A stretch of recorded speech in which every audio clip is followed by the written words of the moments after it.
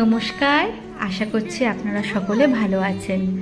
আজকের দিনের ব্লগটা হচ্ছে জন্মাষ্টমীর ব্লগ। সকাল সকাল আমি উঠে পড়েছিলাম। সকাল সকাল আমার ওঠার সঙ্গে সঙ্গে আমার পুত্রটাও উঠে পড়েছে, তাই উঠেই নিচে নামিয়ে দিয়েছিলাম। সকাল সকাল হামা দিয়ে এই ঘর ও ঘর, তার নানা রকম দুষ্টুমি শুরু হয়ে গেছিল। তো তারপরে আমরা আস্তে আস্তে আমার ছেলেকে খাইয়ে দাইয়ে চান করে নিজে চান করে চলে গেলাম ঠাকুরের সব জোগাড় জান্তি করতে। ঠাকুরকে টুকটুক করে সাজিয়ে দিয়ে, আর এদিকে আমার শাশুড়ি, আমার জেঠি, শাশুড়িরা সবাই মিলে রান্নার দিকে লেগেছিল।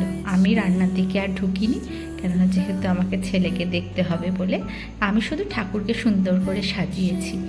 তো এইখানে দেখতেই পাচ্ছ সবাই যে আমি সুন্দর করে সবাইকে একটা একটা করে আমার শাশুড়ির যে ঠাকুর রয়েছে সেখানে সব ঠাকুরকে একটা একটা করে মালা পরানো হচ্ছে।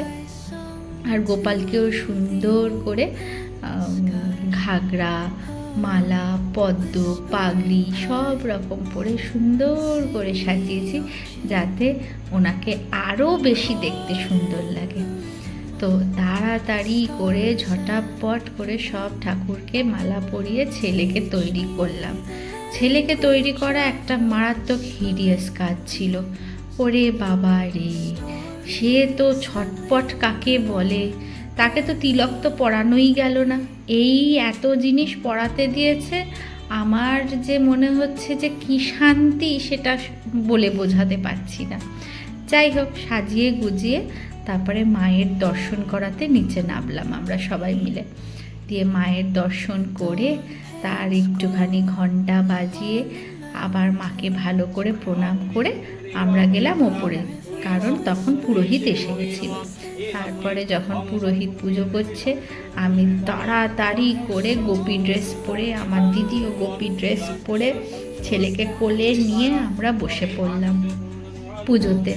পুরোহিত মশাই টুকটুক করে পুজো করছেন আর আমরা ওনার মন্ত্র শুনছি। আর সব থেকে বড় কথা, আমার ছেলে শান্ত হয়ে মন্ত্রগুলো শুনছে, এক ফোঁটাও দুষ্টুমি করেনি কিন্তু সেই সময়। যাই হোক, একটা সময় এসছিল যে সে নারকেল নাড়ু আর তালের বড়াগুলো নিয়ে বল হিসাবে খেলতে শুরু করেছিল। যাই হোক, সেগুলোকে আবার সামলে ছেলেকে চুপটি করে বসিয়ে রাখতে পেরেছিলাম, এটাই ভালো ব্যাপার।